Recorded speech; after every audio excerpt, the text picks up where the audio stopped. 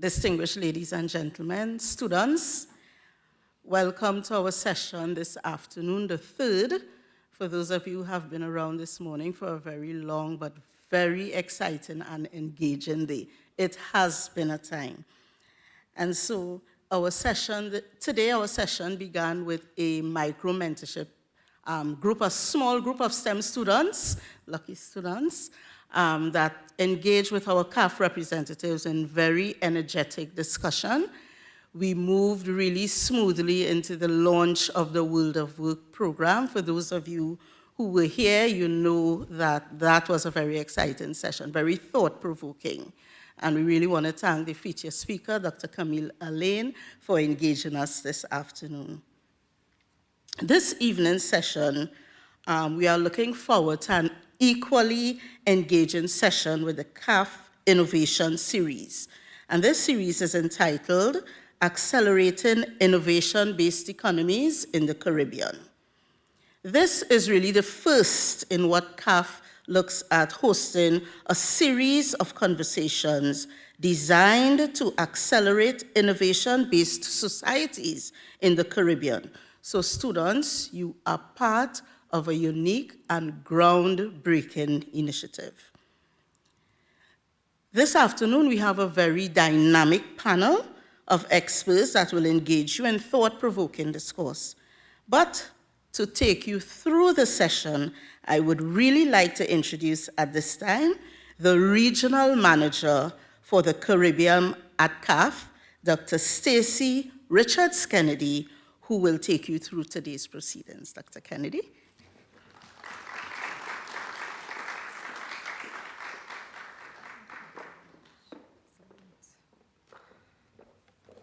Thank you very much, Kathy Ann. So I'm going to start by recognizing some key persons on this beautiful campus, even in their absence. Professor Derek Chady, Deputy Principal of the UWI St. Augustine Campus, and other members of the executive management team, all of the deans, deputy deans, directors, and heads of department, as well as colleagues from CAF Development Bank of Latin America and the Caribbean. I know some of them are here in person and many of them are connected online, and all staff and students of the St. Augustine campus. Good evening. I'd like to begin with a challenge to the students in the room, because this conversation is really about you and for you.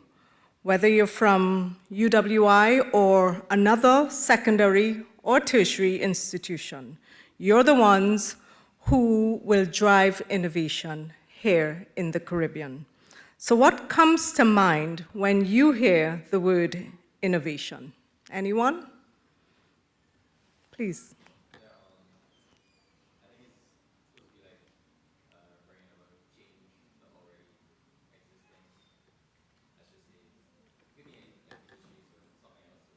Change to already existing industries. Is that it? Yes? I captured it well. Another? Creating something new. I love it. Thank you very much for those ideas. So, for many persons, innovation is about new technologies and the latest gadgets. But as you rightly said, it really goes much deeper than this. Innovation is about possibility.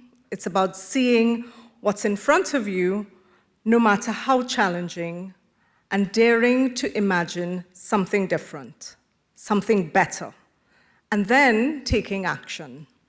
And as young leaders and future decision makers, you must begin about thinking of the innovations that we need in our region, in healthcare, agriculture, environmental protection, in resilient infrastructure, in energy, and in education. From where I sit as the regional manager for the Caribbean at CAF, I've seen firsthand how innovations can improve lives and uplift communities, how it creates opportunities, employment, and thus how it builds resilience at the individual level, the organizational level, the community level, and of course, the regional level. So, ladies and gentlemen, in our region, innovation is not a luxury, it is a necessity. And here in the Caribbean, we are no strangers to adversity, whether it's the constant threat of climatic events, the unpredictability of natural disasters, or the hurdles of building more robust and more diversified small island economies. Indeed, our region faces challenges that are quite unique, but also quite urgent. And here's the truth. We also have the power to activate what is in our minds and in our hearts and put these to work to create something better. The solutions are, therefore, within us, and we have a choice to make. We can either wait and react to the crises of tomorrow, or we can create the solutions today. Innovation, after all, is not about waiting for the world to change, but about leading that change. We've already seen how innovation can unlock transformations in our region. I just returned yesterday from the EU Global Gateway Conference on sargassum in Grenada, and there were innovative solutions from right here in our region turning sargassum, a major threat, into opportunities in biofuels, fertilizers, and even construction materials, and they were all on full display. One of the breakthrough examples comes from our very own UWI, the Cave Hill campus. I don't know how many of you saw the feature in the recent newspaper article. And I say our because I'm also a proud product of the UWI system, having graduated from this campus, and then also served as staff, both at the campus level and the regional level.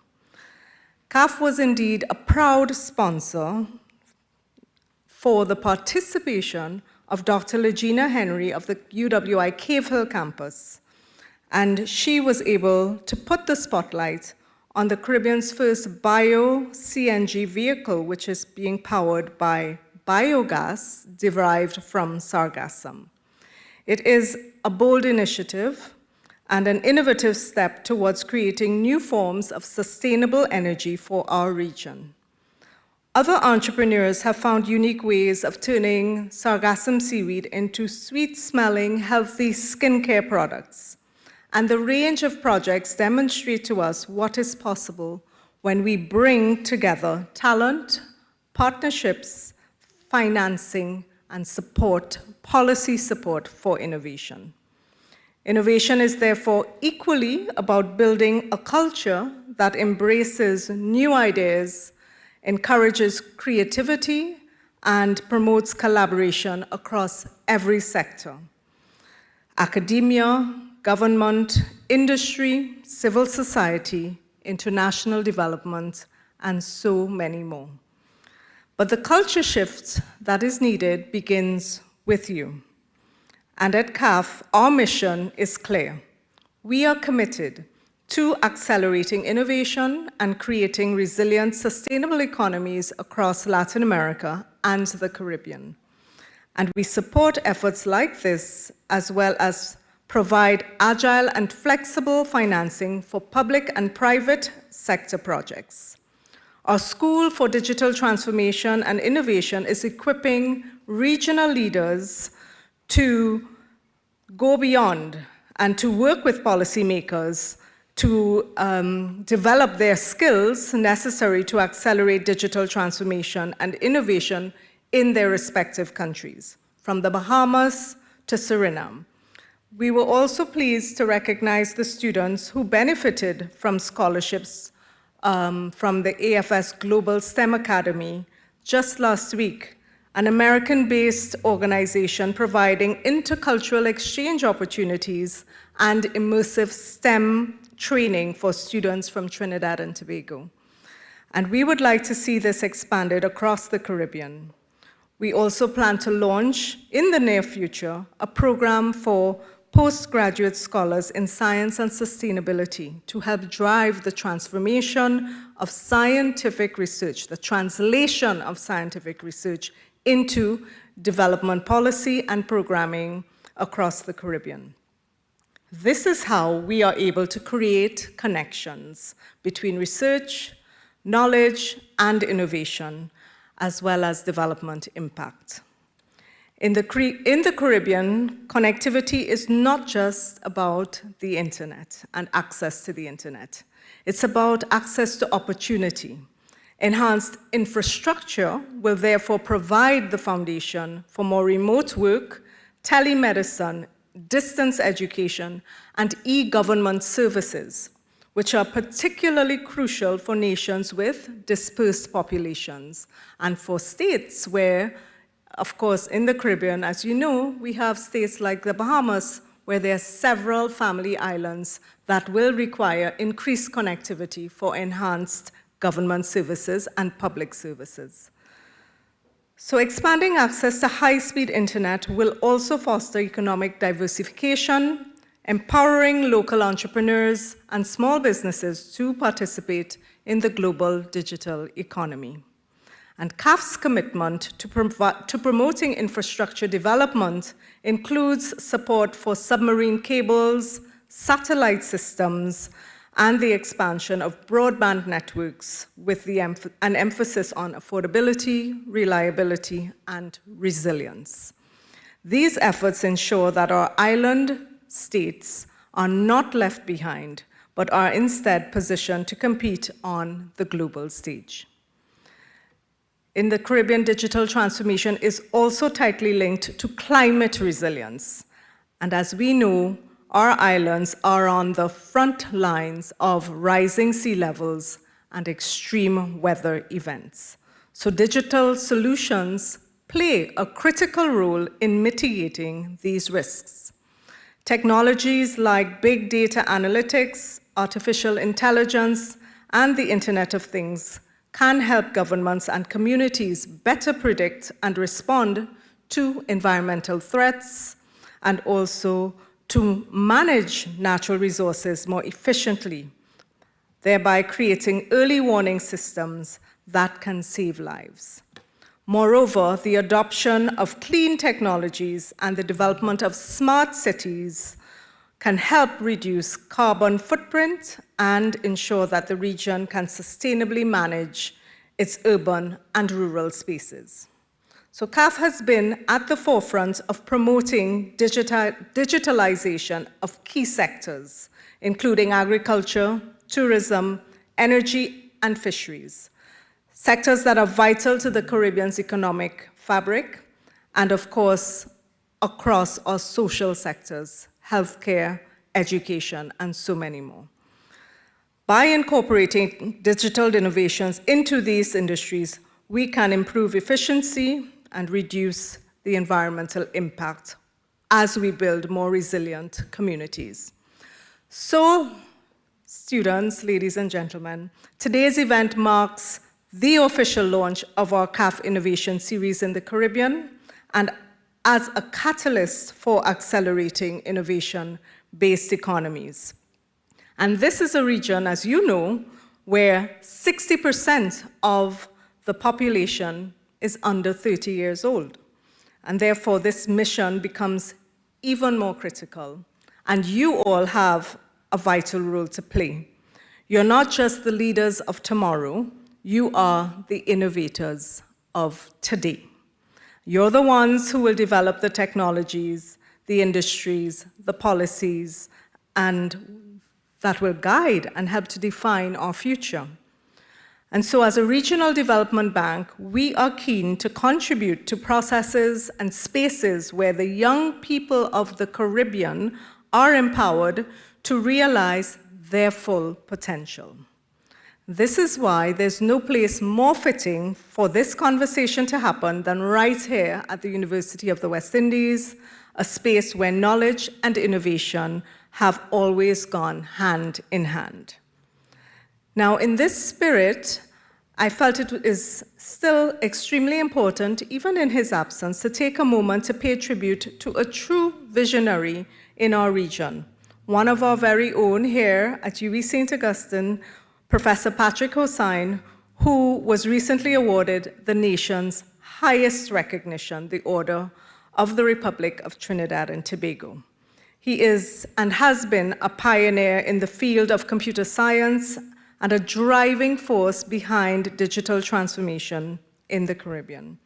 Professor Hossain's contributions have been nothing short of extraordinary, and we applaud his hard work and dedication and commitment to advancing the digital agenda of our nation and inspiring so many other countries to see what is possible when you harness the power of technology for good. Innovation does not happen in a vacuum. It takes all of us working together. And with that, we can show, as we have done in so many different areas, that small islands can deliver big solutions.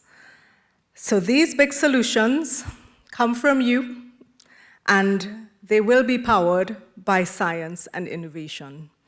That's why this evening's panel discussion is so important. So at this stage, I'm going to introduce our guests, and it gives me great pleasure to just share with you a little bit about their background.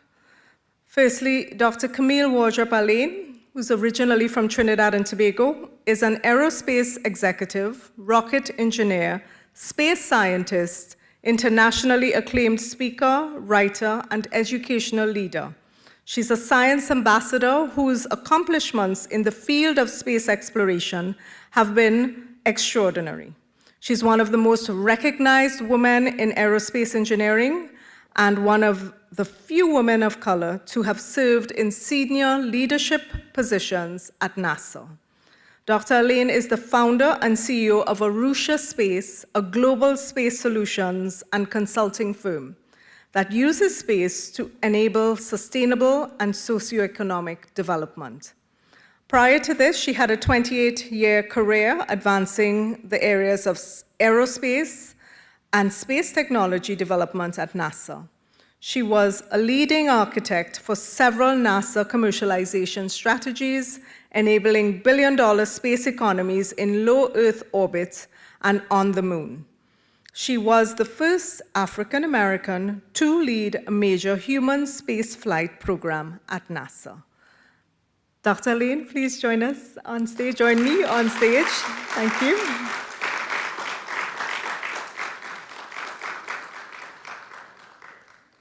Next up, we'll have Mr. Alex Figueroa, who joined the Trust at the end of February 2018, where he is currently serving as Chief Operating Officer.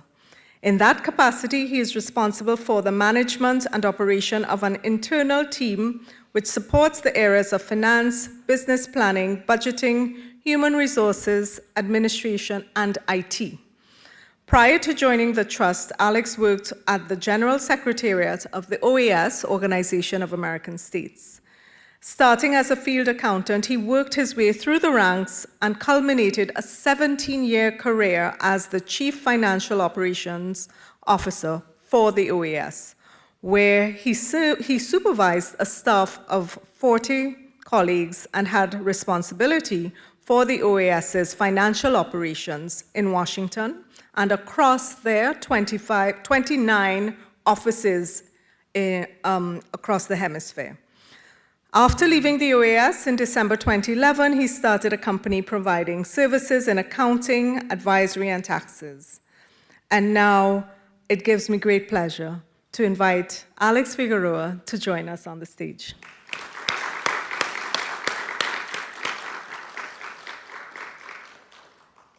Next, we have Dr. Curtis Charles, who is a distinguished academic leader who currently serves as the Dean and Director of Academic Affairs at the UWI Five Islands campus in Antigua and Barbuda, which recently hosted a highly successful and oversubscribed conference on artificial intelligence in July.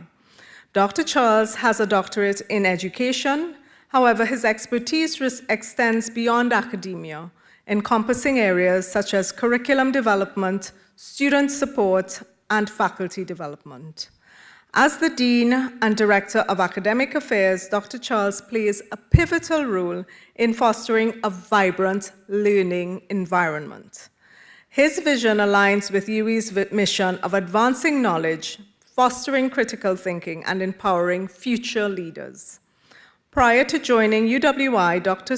Charles served as the Vice President for Research, Development, and Innovation at RLM Communications, where he oversaw design, development, and innovation of new products and services for big data analytics, artificial intelligence, machine learning, biometrics, and cybersecurity. In addition, Dr. Charles has served as a senior business strategy and engagement in Japan, Taiwan, Korea, and United Kingdom, and this was with IBM Global Services. And more recently, Dr. Charles served as a solution architect and predictive insights lead for key education objectives at Microsoft Services. To guide us, please join us on stage, Dr. Charles.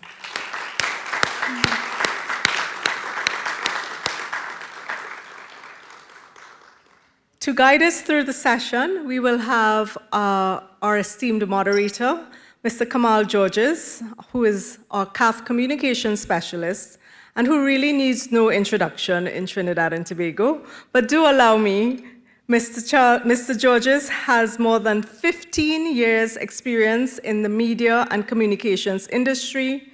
His career has spanned both the private and public sectors, and he's a proud graduate of UWI, having also served as a member of the UWI St. Augustine Gender Advisory Board. Kamal, please join us. Thank you. So thank you very much for your time with us this afternoon, for your interest, and I now hand you over to our distinguished moderator and panelists. All right, good evening, everyone. Thank you very much, Dr. Stacy Richards Kennedy, for your introductions and also for setting the stage for this evening's discussion, putting into context the importance of accelerating innovation-based societies here in the Caribbean. And it is important because we know the results of innovation-based societies. We have greater productivity, better performing economies, and the livelihood and well-being of citizens are improved. So the question that lies before us is, how do we accelerate those economies, that type of economy here in the Caribbean? And that's a question that I want all of our panelists to weigh in on, because they're coming from diverse sectors and have very different perspectives on what we should be doing to ensure that we have an innovation-based society here in Trinidad and across the Caribbean. And so I will go this way, and I'll ask Mr. Figueroa to weigh in on that question. Great, thank you very much. Thank you all for being here this evening. So from our perspective, and just to give you a little background, the Trust for the Americas is affiliated with the Organization of American States. We've been around for over 25 years. We've impacted 5.5 million lives during that period of time, operated in 29 countries with over 1,000 local partners. And what we've found is that collaboration is one of the keys.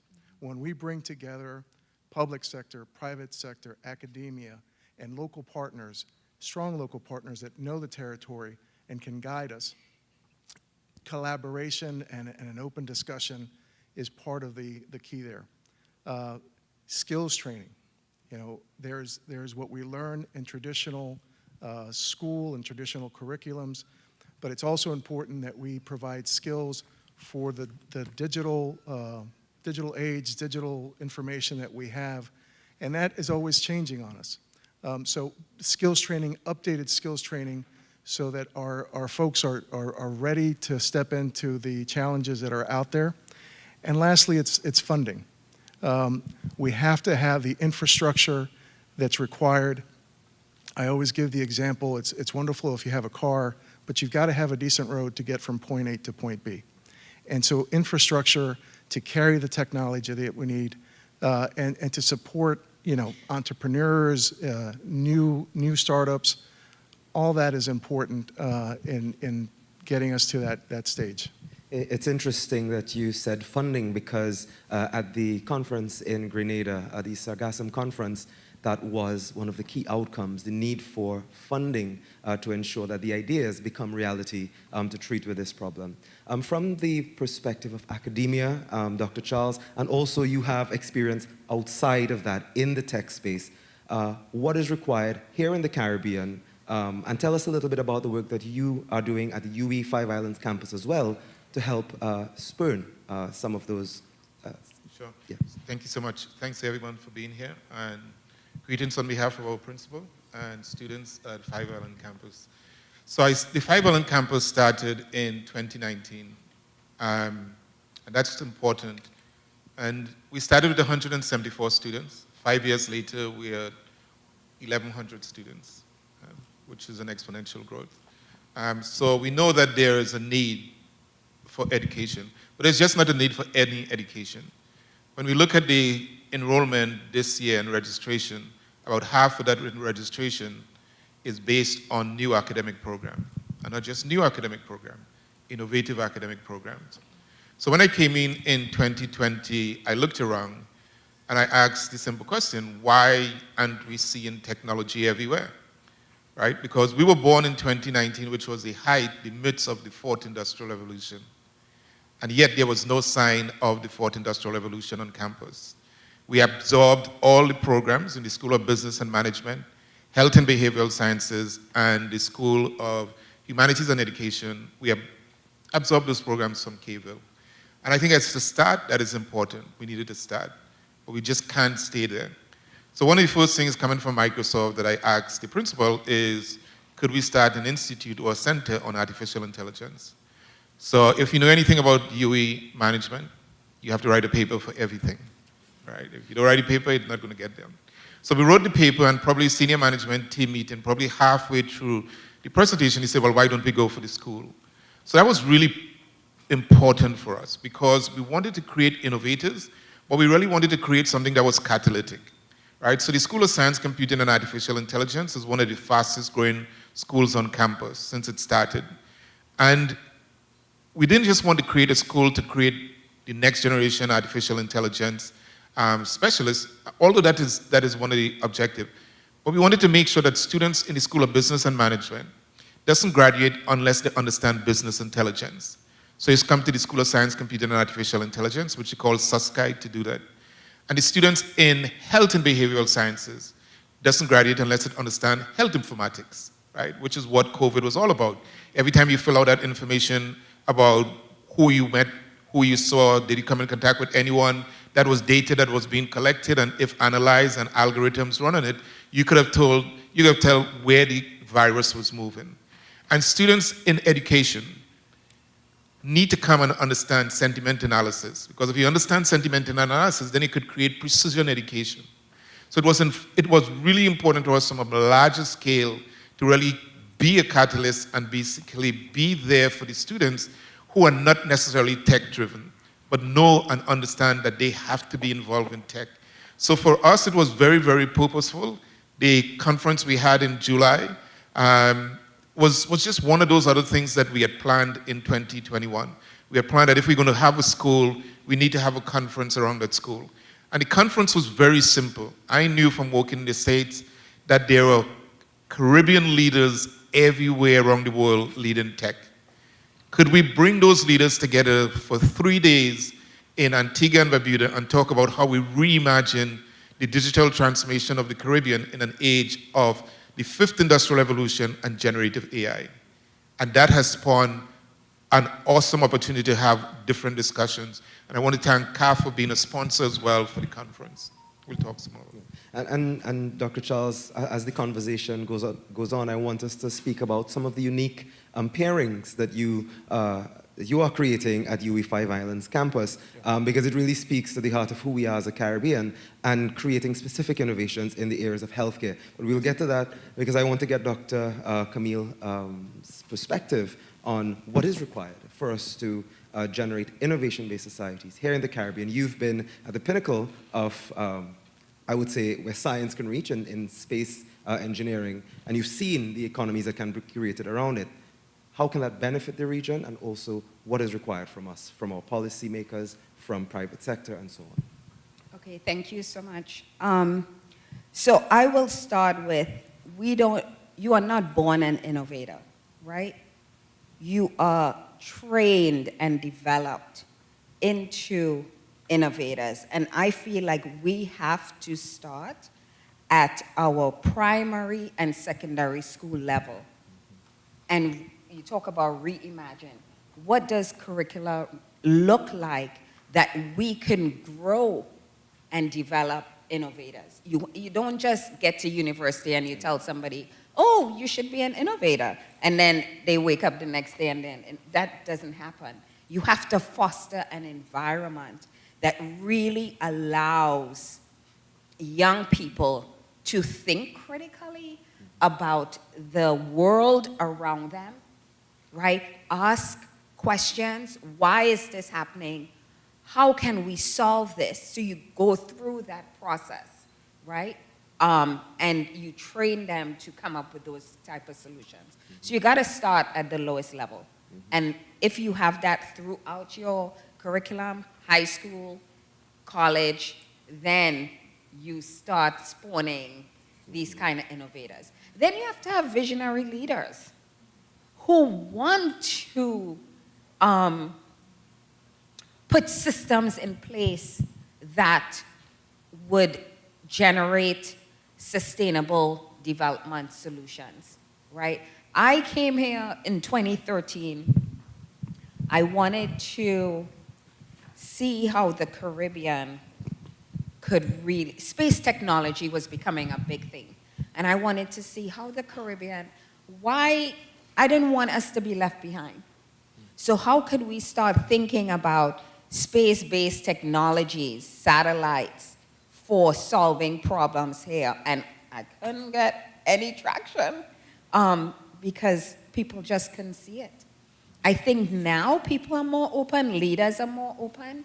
And so how do we put these systems in place in UWI, in Kariri, in these training environments where you start thinking about how can I use this technology? How can I start training folks to develop even small cube satellites, 10 by 10 by 10, start very small, right? And using those to start looking at the world and this region in a different way. Part of what is required to ensure that innovation is alive in the Caribbean is retaining the people who we train in innovation. And so you speak about, upskilling them with digital skills, updated skills. Dr. Charles, you speak about training them in AI and marrying AI with business and with health. And you speak about policy decisions that are required. But the challenge that we have is the brain drain. We train, but the society is not necessarily innovating fast enough to keep the people who we are training for these positions, right? And who are required to help us create innovative societies. How do we address that particular challenge in the Caribbean to ensure that we retain our talent? I'll start with you, Dr. Elaine, and then we will. You gotta have an environment that fosters. So you want to create opportunities for the young people, right? So I'm thinking, okay, you go away and you study biomedical engineering. Actually, this is a real example because I was mentoring a young woman. She came to UWI and then she went abroad to England to study biomedical engineering. She had an island scholarship, so she had to come back and serve and give her time back. And she could not get a job in biomedical engineering because there are no opportunities here for her to be able to take what she's learned. And they wanted to, give her a job behind a desk, and she would have been 2 years out of studying. And when you're out of the field, you lose kind of the state of the art, what's going on. Right. And so it was a real struggle for her, a real frustration, to the point where she was like, I'm going back out. I'm going to go to a university in the States and do my master's degree and hope I could stay there and get a job. Mm-hmm. So how do we create these opportunities where our students, our young people could go away and train, and then they could come back here, and when they come back, there are jobs for them to be able to put that skills, those experiences to work to make our country a better place. Dr. Charles, what is required for that to happen? Yes, so I will take a different twist. And, I think education is so important that when we teach students, we naturally teach a student to come out and get a job, right? And almost all students I come in touch with, from the moment they come in the first year, is I say, you need to think like an entrepreneur, right? So if you think like an entrepreneur, you really don't have a safety net. You have no 401k, you have no savings, you out there and you're going to be eternally hungry to create and innovate. So for me, when I think about innovating the Caribbean economy, I think about setting the atmosphere from the moment you get into college. I mean, it really should be in the high schools as well. I was given the example this morning, one of the reasons why you see China is accelerating so much in AI and digital transformation is because China is producing entrepreneurs from computer science programs out the wazoo. Those students are coming out with products. And which is one of the things that I would like to see us do. I would like to see that our young people want to innovate. And it doesn't really matter whether you could get a job or not. And I happen to believe that good ideas will always find the money, right? I mean, I think the fact that we're having this discussion with the funding agency, development agency, I think it's important. I think it's a signal to all the students who are in the audience that, look, you have an agency here who is willing to support innovative ideas, go out and develop it. So I think for me, it starts within the classroom. But it's, you asked just now about some of the innovative programs. If you think about COVID again, COVID has taught us so much, right? But before COVID, we were told that prescription drugs are very expensive because it takes a long time to develop, 10, 15 years, and it takes millions of dollars. Yet, we had a vaccine in 2 years. You go and Google vaccine and artificial intelligence. A major part of how that drug was developed was using and leveraging artificial intelligence.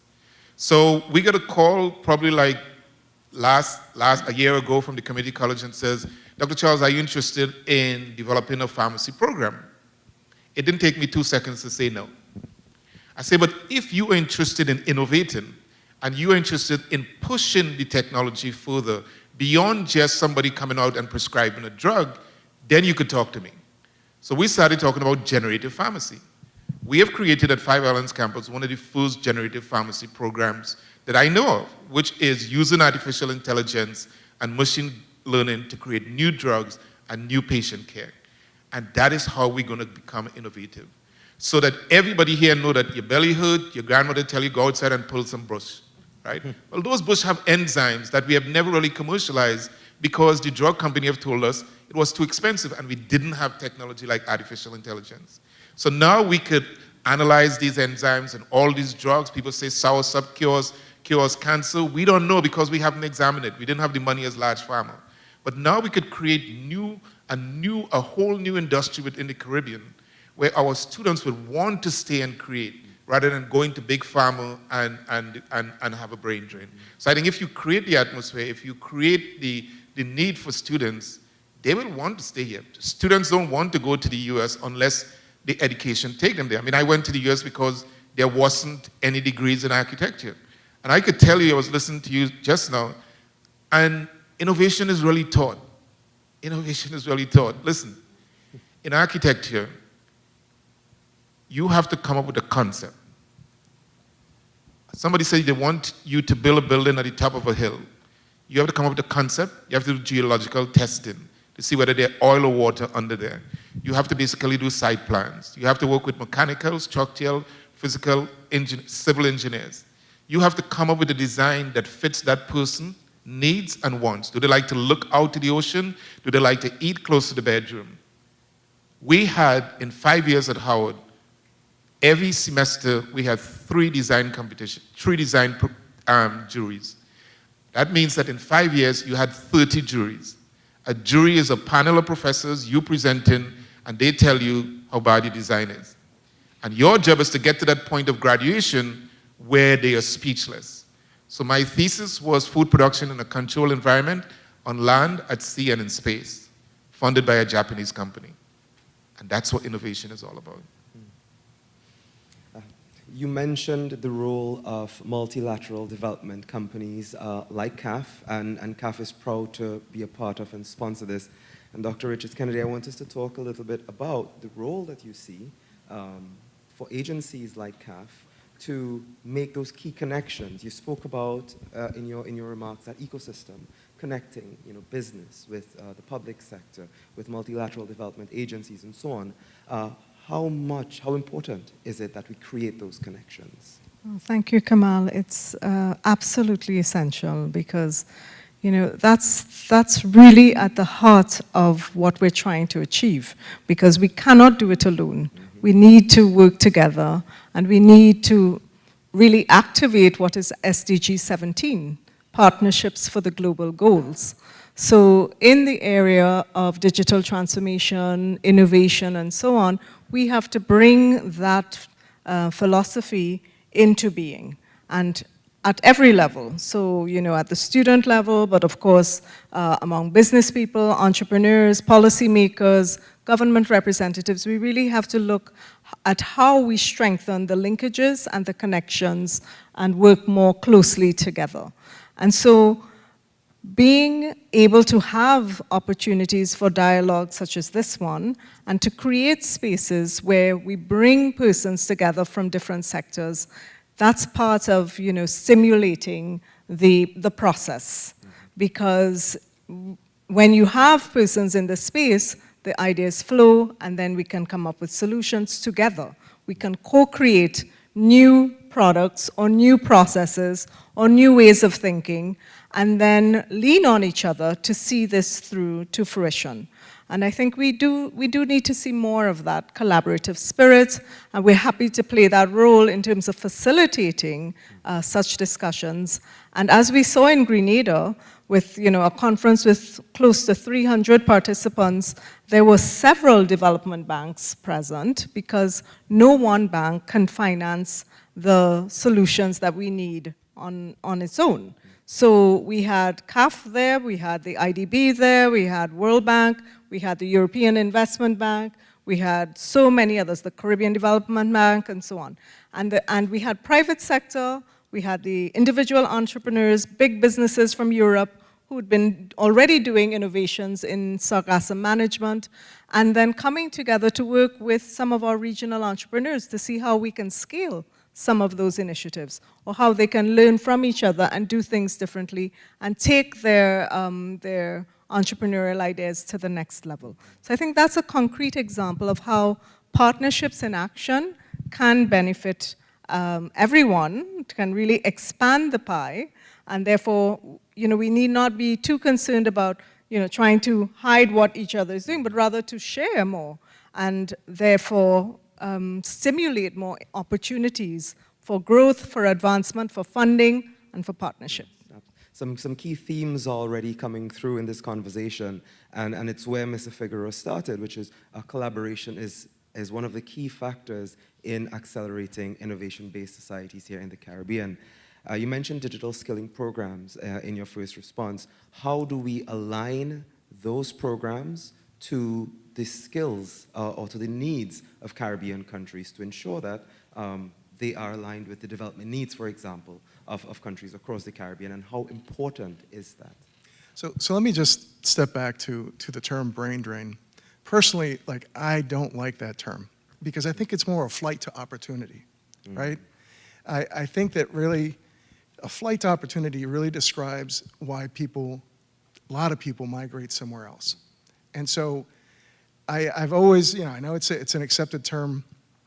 I always like to think of it as a flight to opportunity. But to your point, what we have to do is we map to market.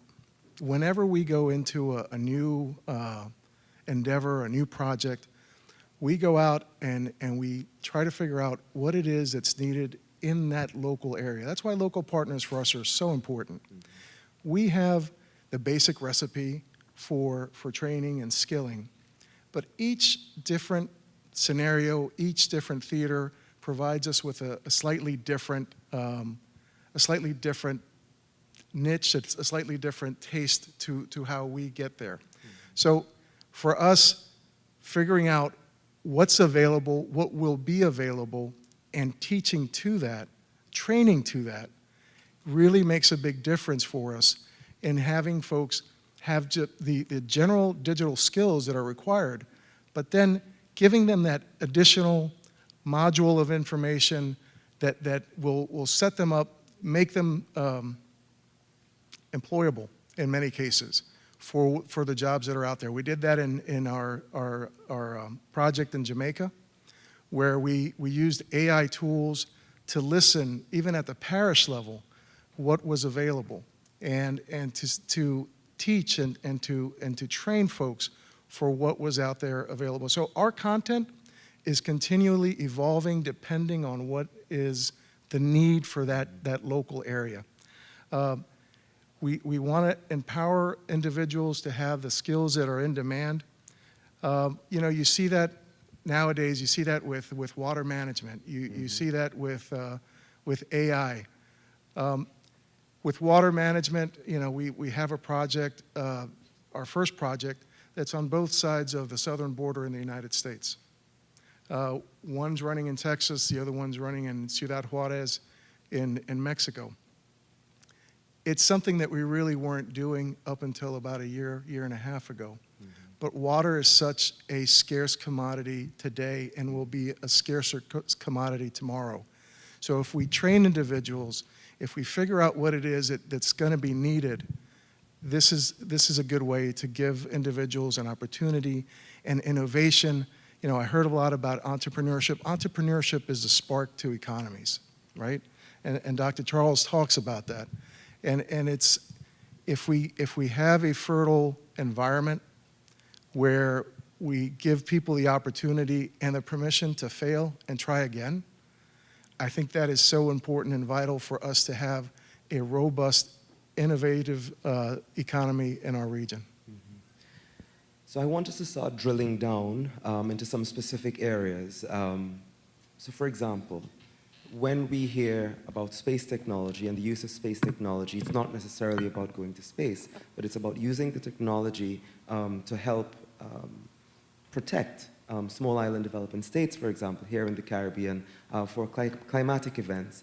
And so, Dr. Camille, I wanted you to walk us through what are some of the ways that space technology and innovation in that space can help small island developing states here in the Caribbean, whether it be in terms of modeling, to understand when they might be a threat for, let's say, natural disasters, things like sea level rise. You mentioned agriculture earlier today to support. Talk us through that, some of the specifics of how those can work.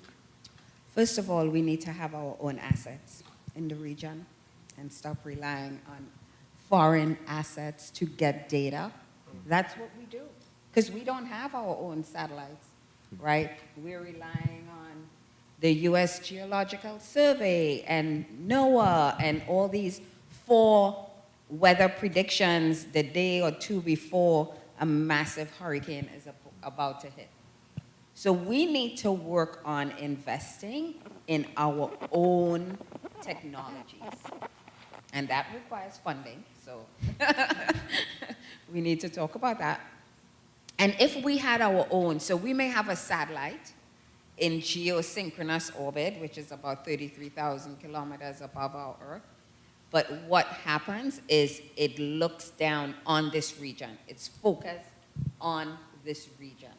And so you can see patterns, you can see trends over time, and as you start gathering that data and analyzing that data, then you start to be able to develop policies, right? You can start predicting patterns, and you can start developing policies that can support the development of our region.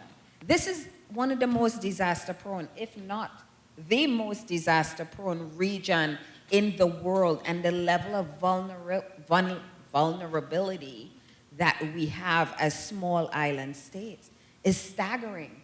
And how many lives do we lose every year, and how many thousands or millions of dollars of property that's lost every year because we don't have tools and techniques and processes and policies in place that allow us to predict what is happening and then put policies in place to move people out of the way or fortify structures that are able to withstand these disasters. And so we have to talk about how do we grow our own indigenous capabilities. First, let's start there. Invest in that, right? And then you start training folks to be able to take that data, analyze that data, and start coming up with solutions that could solve our problems right here. Got to start with ownership. So that's from a space technology standpoint. From an education standpoint, Dr. Charles, what is required specifically from an education standpoint, whether it be through curriculum reform, aligning the region's curriculum to innovation needs? What is required in that space to ensure that we create the society that is innovative? So, great question. So, for me, if I could talk about UWI. So I've been here going on 5 years, and I'm still a visitor, and it's good to be a visitor. So, and as a visitor, you observe. And when I think about data science, and I think about artificial intelligence, and I think about the fact that it's transforming all of our lives, and in a sense, academic institutions are a little bit behind the technology. How do we catch up with the technology, and how do we make it part of an innovative tool? For me, we have to, in business we say, culture trumps, or culture eats strategy lunch every day, or culture eats strategy for breakfast. And I think there has to be in our academic institution a culture of data, right? It has to be that we respect what data is. We respect the fact that we collect certain types of data, and we respect the fact that that data is going to be used to make certain critical decisions. For us as institutions to be making critical decisions without the proper data in the midst of where we are right now, it's insane to me. So there has to be a leadership understanding of what the data could do, what the capabilities are, in order for us to get to the point that we say we're going to use this data for analytics. I mean, to piggyback on the point with the disasters, I mean, we take it a step further, right? So predictive analytics, you would be able to predict whether the hurricane and how the hurricane is moving. But almost all when we look at the Caribbean region, we know that the hurricanes are going to be moving. And we know that we could look at the patterns of the last 10 years, historical data, to see where the patterns are going.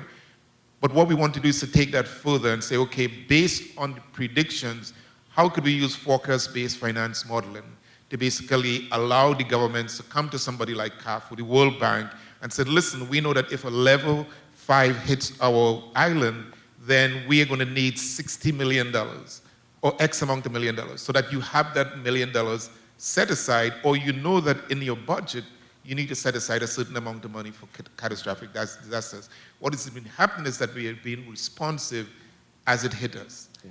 And we have the technology using data that could do that. So those are just some ideas that I think we could use.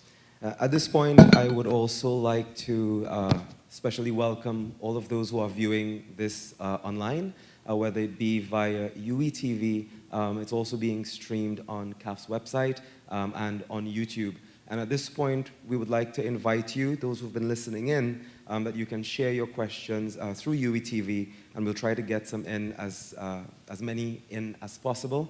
And very soon we'll be coming to you in the audience to hear any questions that you may have for members of this panel. Speaking of specifics, I wanted to speak to you, Mr. Figueroa, because we were speaking about earlier and in our conversations about nearshoring, right? How can nearshoring opportunities, particularly in industries like chip manufacturing, how can those be leveraged to build a more robust ecosystem here in Trinidad and also the wider Caribbean? So I think that's going to be a great opportunity for our region. I really do. I think nearshoring is going to happen in the very short term. But we have to prepare right now. We have to have our citizens trained and ready for those jobs.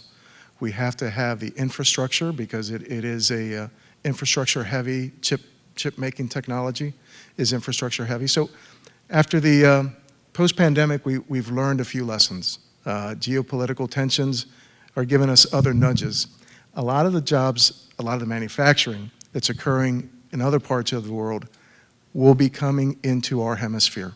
And I think that that really gives us a wonderful opportunity here in the Caribbean to have manufacturing on a scale that we haven't seen in a while. And so it is important for us to start, our governments to start investing in the infrastructure that's needed for connectivity. It's important for us to think beyond our traditional curriculums and think of the digital skills that are going to be necessary to have ready workforce for that nearshoring that's coming. A lot of these things, a lot of these ideas require financing mechanisms.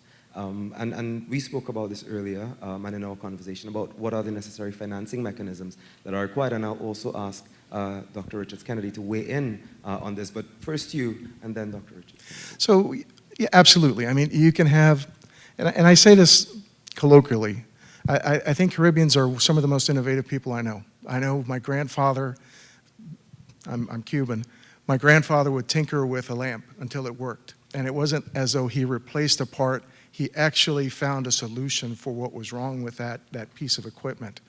And so I think that naturally we're innovative. I think that when those ideas come up, it requires funding to make them a reality, either by grants, low interest loans. You know, I have to say our first innovation lab in Mexico in 2016 was actually made a reality through a grant from the CAF. And so our first innovation lab was because we received a grant from the CAF. And that's the kind of spark, that's the kind of support that's needed to have that innovation and that entrepreneurial spirit come up with ideas and bring them to fruition. Great, thanks. Thanks for that. And, you know, thinking more broadly around financing mechanisms, it really depends on, you know, not only the sector, but also the stakeholder. So for a development bank, there are a range of instruments that we use or we can make available in order to bring funding to the table. So in some cases it would be grants. In other cases, it could be loans, but in some cases with private sector operations, for example, it could be lines of credit, it could be blended financing, it could be guarantees or different types of, you know, co-financing. So in our case, we first start with an assessment of the idea or the project, and then we take it from there. In terms of bringing in different specialists into the conversation virtually and trying to see how we can firstly better understand what is on the table and then facilitate by coming up with some, you know, providing some solutions.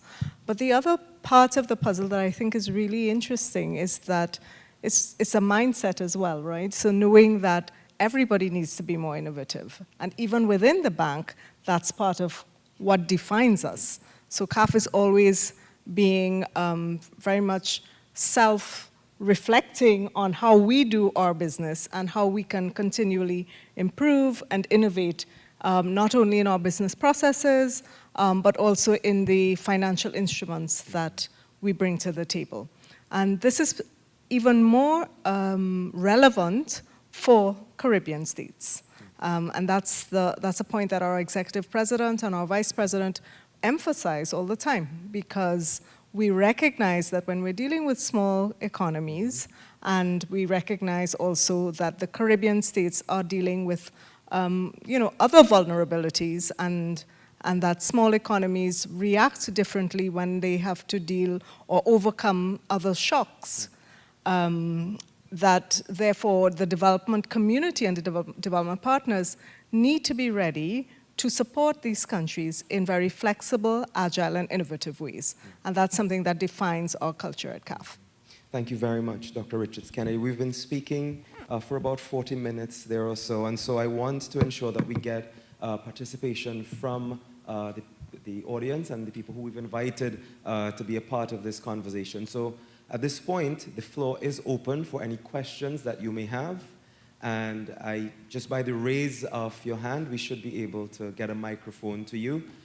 We have one to the front, and I encourage all of the students as well to think about some of the questions that you have. As Dr. Richards-Kennedy stated, this is really about you. You are the innovators, not of the future, but of today. And so any questions that you may have for the panel, really now is the time to ask them.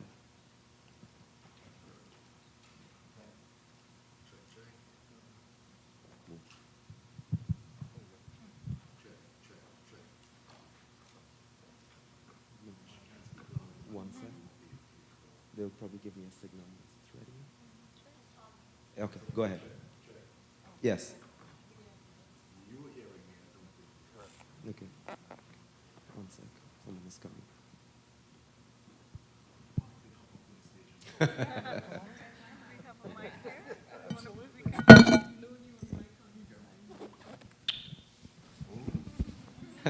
The kiss of life. Okay there. Really very rich discussion. Thank you all. A few questions. I'm going to rattle them off really fast. Ingredients to build innovators. If you wait spontaneously, you have an innovator pop up every 7 to 12 years who's good. But we want to build them. What are the ingredients apart from funding, which will allow us to build innovators? Societal innovators, of course, must have an appetite for risk. And we tend to be really risk averse in the region, in and out of academia. AI literacy is, of course, a basic computing literacy. Now it's like being able to use Word and PowerPoint was 20 years ago. So everyone needs to be literate in AI, machine learning, all of it. And catching up with technology, that's an interesting one. It begs the question, what is the value of basic education? Because with the value of tertiary education in particular under pressure from different quarters, I would argue that a robust basic education is what permits us to pivot with disruptive technologies. Thank you very much. Thank you. That is a lot, Professor Copeland. I'm taking the first one. Ingredients. Y'all figure out what y'all want. Ingredients to build innovators. Building innovators is building critical thinkers and building problem solvers.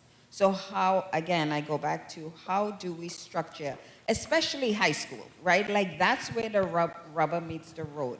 How do we structure our science curriculum, our math curriculum? You know, bringing project-based learning, having students work in teams, because that's what you're gonna do. We can't solve a problem by ourselves. So how do you start bringing them together, having different roles, right? Defining a problem, going through that, the hypothesis-based learning, right? What do you think is gonna happen? What are the different possible solutions you can come up with? How do you analyze those solutions and optimize to the best? Like you have to start that at the earliest level. That's how you're gonna build innovators.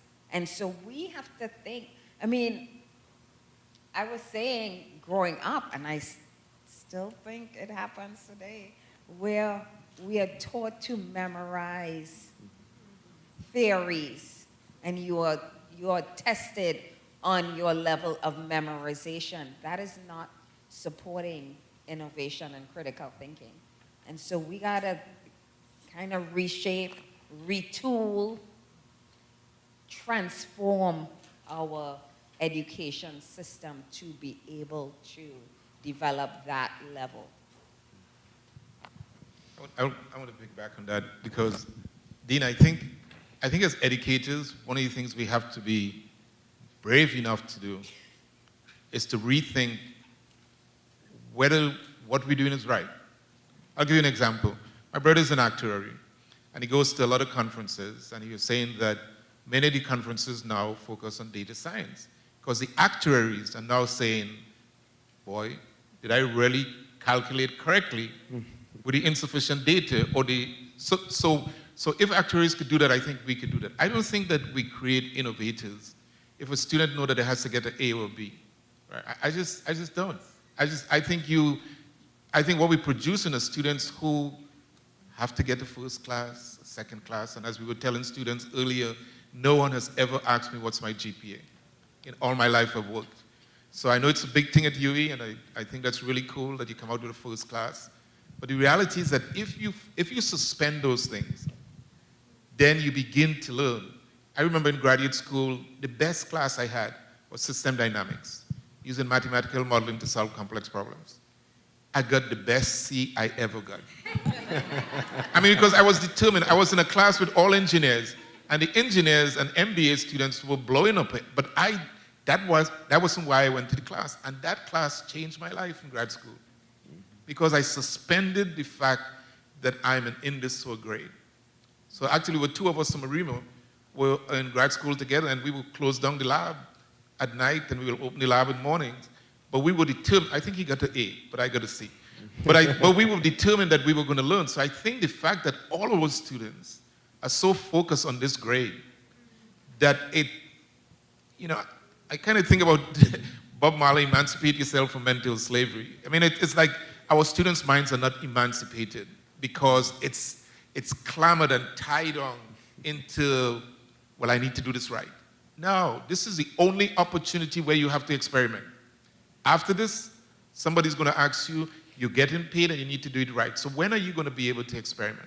This is the time to experiment.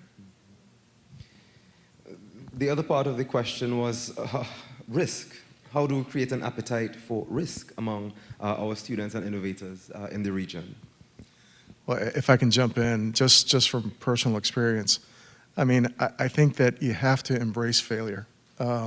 You don't want to live in that space because success has to be part of your life. But you learn more when you fail than when you succeed. And I think that if you embrace that and you accept the fact, man, I'm going to fail, you're not tight, right? You're okay, and you accept the fact that I'm not going to get it right from the first time or maybe the second time. Now, hopefully by the 10th time, I figured it out. But you've got to give yourself that leniency, and you've got to receive that leniency. And I think that frees you up, frees your mind up to kind of think in a different way. If you're always trying to get that 4.0 or trying to get that A, man, you're just learning to the test, right? And so it's important, but I think a change, a shift from A driven to I'm going to explore, I'm going to try, I'm going to accept that I might fail, but I'm going to learn from that failure. Failure to me is necessary. I happen to have, most of you who may have read my story in the Express earlier this week, I failed common entrance. Could you imagine failing that exam at 11, walking on the streets to be able to pay for evening classes? But after that failure, it's our largest high-stake test that we're going to take. And when you fail at 11, you learn that there are other things more important. You learn to deal with failure more. And I am convinced that failure is God's way of shifting you into a different direction. Had I passed common entrance, I probably might have been still in Trinidad. I probably might have been still hanging out. But I became an educator because I failed. Because now I could show students the value of education. If I could fail common entrance, never go to high school, become a faculty, a department head of academics, as well as a university president, you could do anything and leave without having gone to high school, have the ability to go to me, what I consider one of the most prestigious technology institution, MIT. I mean, failure, I was never afraid that MIT was going to tell me no. There was no way they were going to tell me no, because I failed at 11. Mm-hmm. So failure in the future becomes futile. And sometimes we're not asking you to fail, but like we used to say in Microsoft, you got to fail and recover quickly. Fail fast and recover. Recover quickly. But understand that you're going to fail. The last thing I would like to say is, I mentioned this morning, my daughter is doing her PhD in chemistry. And for all of you who might be in a PhD, I mean, she called home crying, long tears last week. Dad, I just want to give this up. I just want to give this up. It's too much. I'm doing everything for the advisor, and I'm still not moving. I want to give this up. And I told her, as a brown young girl in science, you're going to have to deal with this demon throughout your life. You're going to be the only young brown girl who is a scientist, so you might as well deal with it now, because they're not going to give it to you. So for us, we had this attitude in our household that it was okay to fail fast, but move on. So after a pop talk between myself and the mom, she's back on track. How are you doing, Jessica? I'm kind of okay, I'm still worried. Don't be worried, because the one thing you know is that you're going to graduate. UWI cannot keep you here forever. So experiment and fail, because this is the best of your life. Somebody might be disagreeing with you on not staying in UWI forever. But there was one final part of the question before we go to one of the questions in the audience, was catching up with the technology, and what is the value then of a basic education? Okay. In the meantime, while you ponder on that question, we'll have a question from a member of the audience. Good afternoon to the audience. My name is Simon Neptune. Hi, good evening, Simon. My question specifically to Dr. Charles, but also for the rest of the panel. Just as context, NIHUS published a report a few years ago outlining local investment into R&D as a percentage of GDP. And Trinidad and Tobago was extremely, I think it was less than 1%, like 0.1%. And I also want to get Dr. Coburn's thoughts on this afterwards, because the Trinidad and Tobago Bureau of Standards recently published a standard for innovation management. And one of the things for myself personally, in speaking to my friends who would have gone to school in the States, for example, is that there's a process for them when they have ideas at the university level. There's a process for them to try and fail and succeed, to sort of transfer from a student to a startup founder to actually implementing things.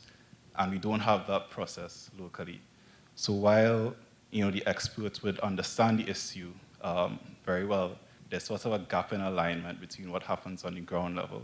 So Mr. Alexander also spoke about the flight to opportunity. I think locally people would stay, but there's no process for people to actually, let's say a student here, they might have an idea, they may be in Professor Coburn's class, but there's no process for them to take the idea and then prototype it, get seed funding, whatever.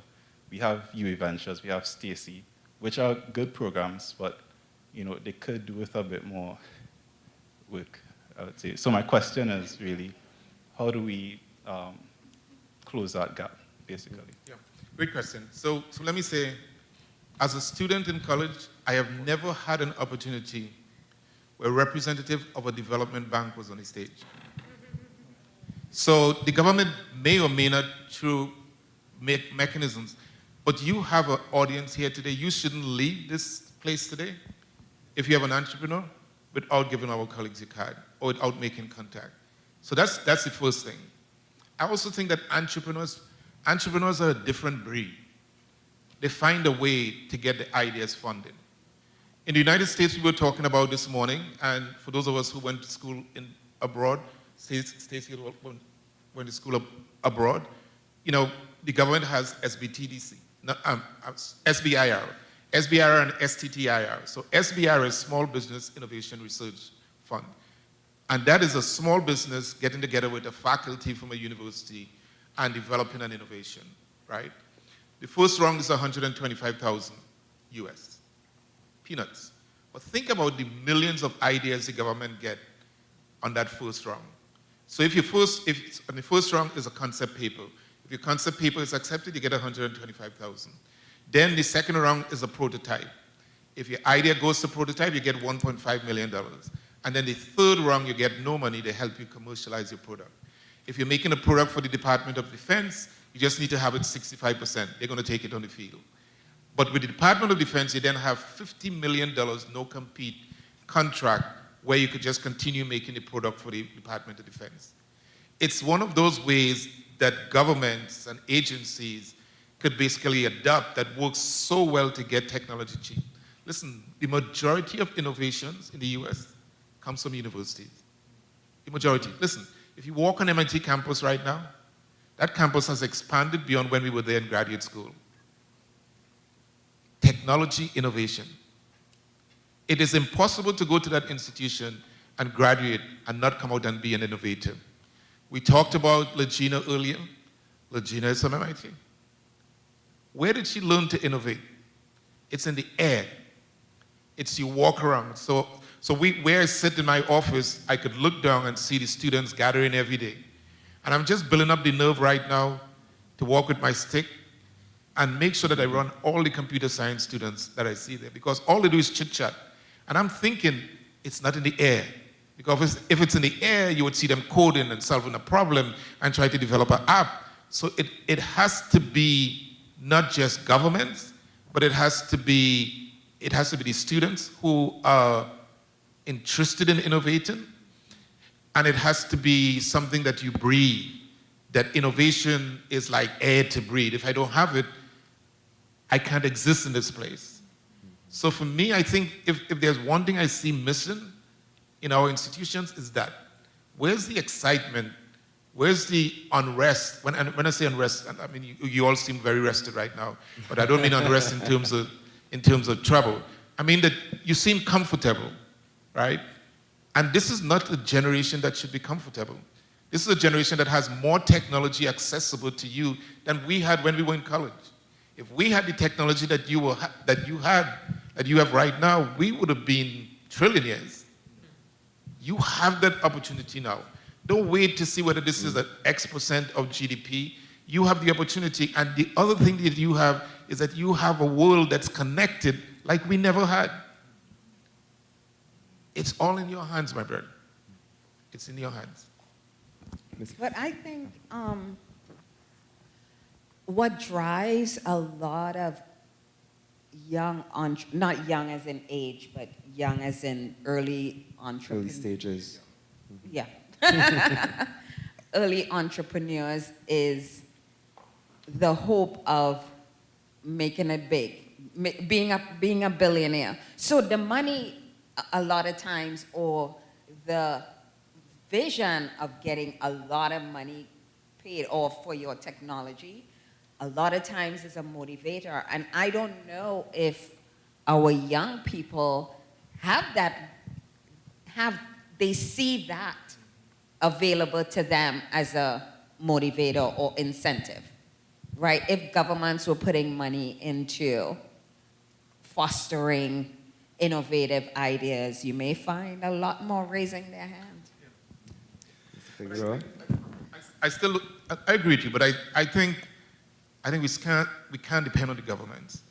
The government is a component, but we need this multi-pronged approach with the banks. I mean, if I knew there were like 5 banks there, I would have found my way to Grenada. Because as a dean, you're always looking for avenues for your students to basically get funding. And so to me, that is more of an important destination than going to the Antiguan government and says, look, we have this idea, could you help us sponsor it? Networking with the people who have the money. And the banks are not going to give money to ideas that are not going to be fruitful. So at least you would be good hands in talking to the bank.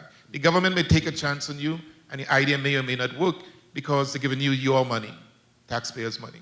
But the bank is where you want to partner with, the development banks. Mr. Figueroa? So just to jump in, we precisely create these little hubs of innovation, right? Right now, right here in Trinidad, since 2021, we've been having an innovation lab with Cariri, right? And great partner, Cariri. They've really been very, very, very useful for our project.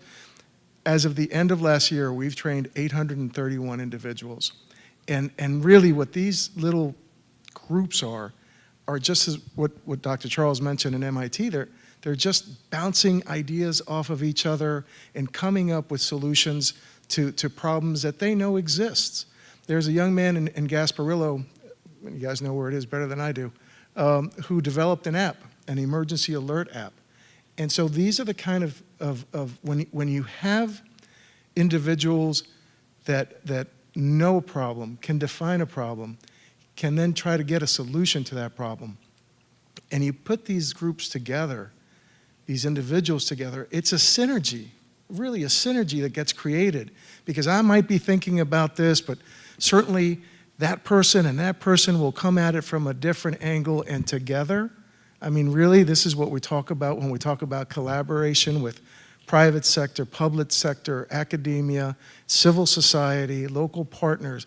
But in a microcosm, local kids just like you guys are coming up with some neat ideas. And it's not just here in Belize, they're learning critical thinking, a process for critical thinking.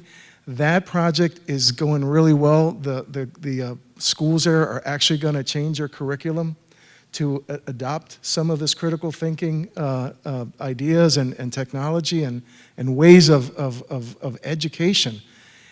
There's 350 plus centers throughout Latin America and the Caribbean that we somehow either financially support right now, or we continue supporting through licenses from Microsoft or content that we develop.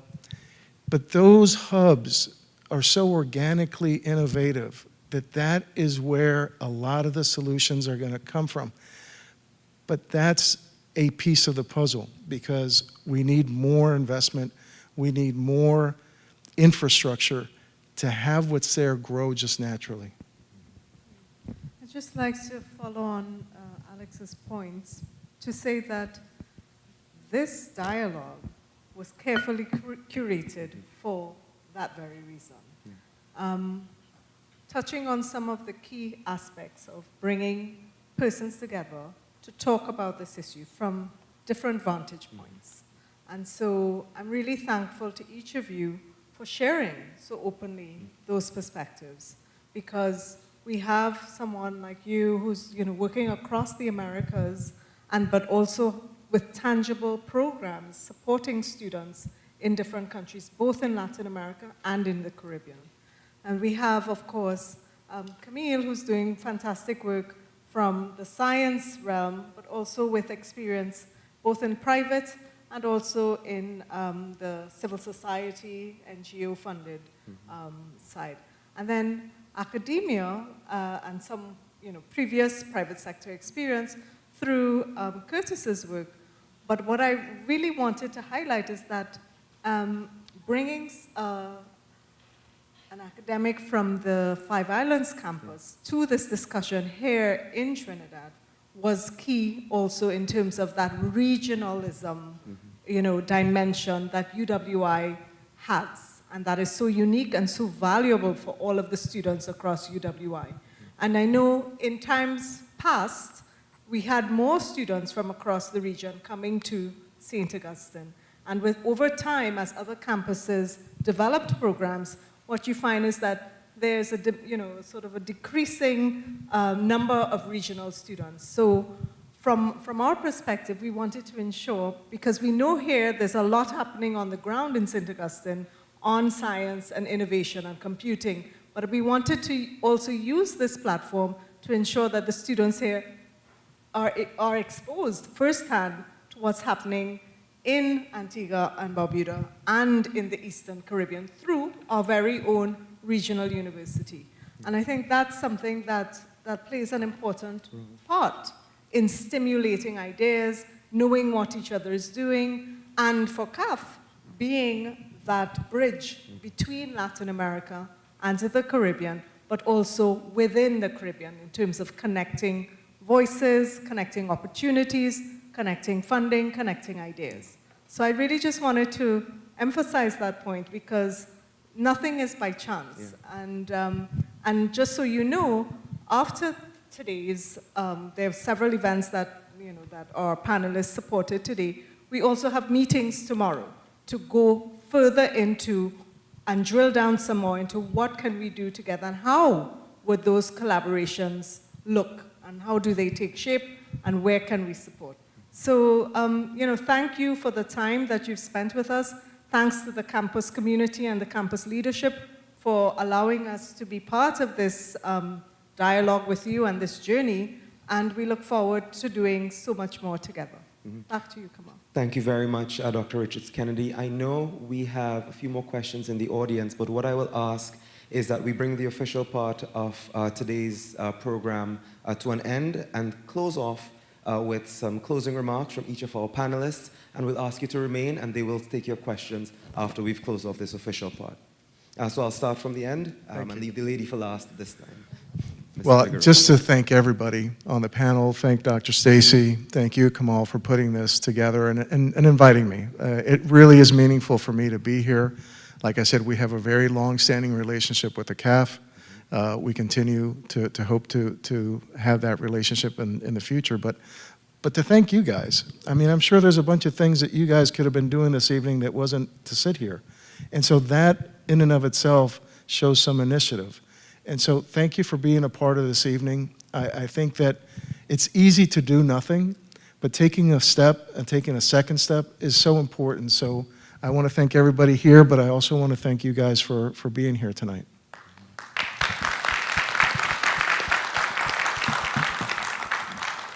And I also want to thank CAF for being here. I have to tell you, when I got the call from Stacy, I was tremendously excited. Always looking for an opportunity to represent our university. And I really want to thank UWI as well, because I have to tell you, when I left here in 1980, I always was looking for an opportunity to give back to the Caribbean. And our campus presented that opportunity. I probably would have been still back home in the US doing what I was doing, probably would have been still working at Microsoft, but this new campus was like a different calling to me. We were no longer just looking at only students who had A-levels and CAPE. Our mission was access. How do we expand access for students in the OECS region, a region that had no UWI campus for a very, very long time, a region where only 2 in 10 persons have a tertiary education. So we have a mandate to expand that aggressively within the next 5 or 10 years. And that mission to be able to help to build a campus and in technology the aspect of technology that I love was really an opportunity. So I take it not lightly the fortune to be here, not only to be invited by CAF, but also to be given the opportunity by UWI. Because many of my colleagues who went to Howard with me in undergraduate, many of them want to give back. We just don't have the opportunity to do that. So I want to tell you that this is a unique opportunity to be able to not only give back, but give back in a meaningful way of something that I'm passionate about, which is education. So I thank UWI, I thank CAF, and look forward to the conversation. And for the students, I just want to leave you with the same thing I left the students with this morning. I hope that my story will make you restless. At some point in time, you're going to get discouraged as to whether you want to continue studying like my daughter or not. And when that happens, just think about, there's a little boy who was from a river. At 11 years old, sat common entrance. Failed that common entrance at 11.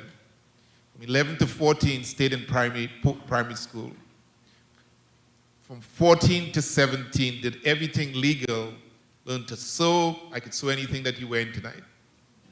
And at 17, God opened the skies where I had the opportunity to go to evening classes, which was foreign to me. In order to pay for those evening classes, I'm one of 7. I used to put a pickaxe on my shoulder, put on my tall rubber boots, walk up the street and dig 6-foot ditches in the hot sun. When I couldn't afford to buy books, I took a job painting those white and yellow lines in the middle of the road so that I could get the opportunity to understand something that I didn't have the opportunity to. You have 5 years on me. You should be excellent beyond description. So what I told students this morning is that mediocrity should be like hives on your skin. You shouldn't want to scratch it because it's going to get bad. But you're going to get discouraged. But just think about the art of the possible. No one at that time when I failed that exam thought that I would have been a university president, or much less I would have been back at UWI, even not as a student, but as a dean of one, I think, one of the most progressive campuses. That's progressive because of the other 4 campuses. We could not have existed without the folks from all the other 4 campuses who have helped us to get to the point where we are. And we are moving together progressively. So I think UWI as a campus in the region and in Latin America is one of the best things that we have from a progressive and innovative point of view. I am optimistic about the future because you are going to make that future for us.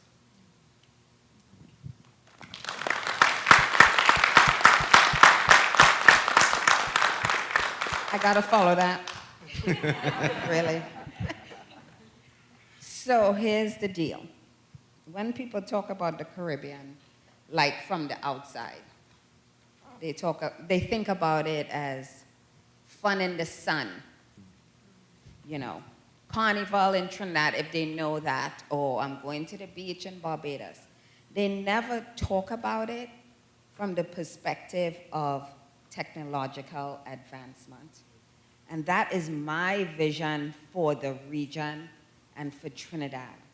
How do we transform our image, our brand? Yes, being a place known for fun in the sun is great, but how could we put our mark as also being technologically advanced and leading that, not taking from others and using it, not being only consumers, but being the ones who innovate and invent. And I would say that we talk a lot about the role of governments and the role of policymakers and decision makers and thought provokers. But we each have a responsibility within ourselves to bring our best selves to the spaces that we operate in. And so each of you here, regardless to what barriers are in place, right? If you want to be an entrepreneur and you want to do research, you find the way, break the doors down, and find the way to do that. And that is the responsibility each of us has to making our spaces, our communities, our country, and indeed the world a better place. And I charge you to leave here and think about that. Thank you so much.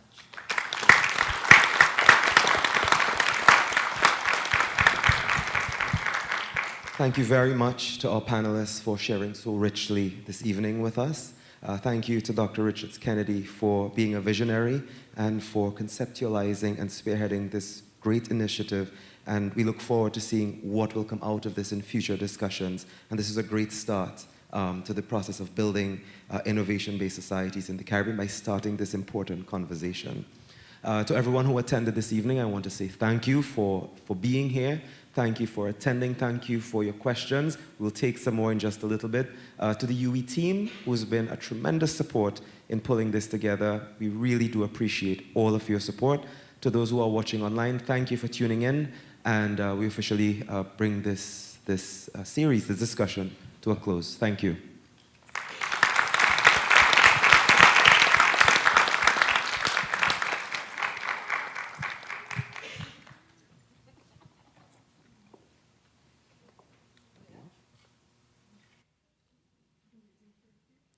Just wanted a cue to make sure we're off.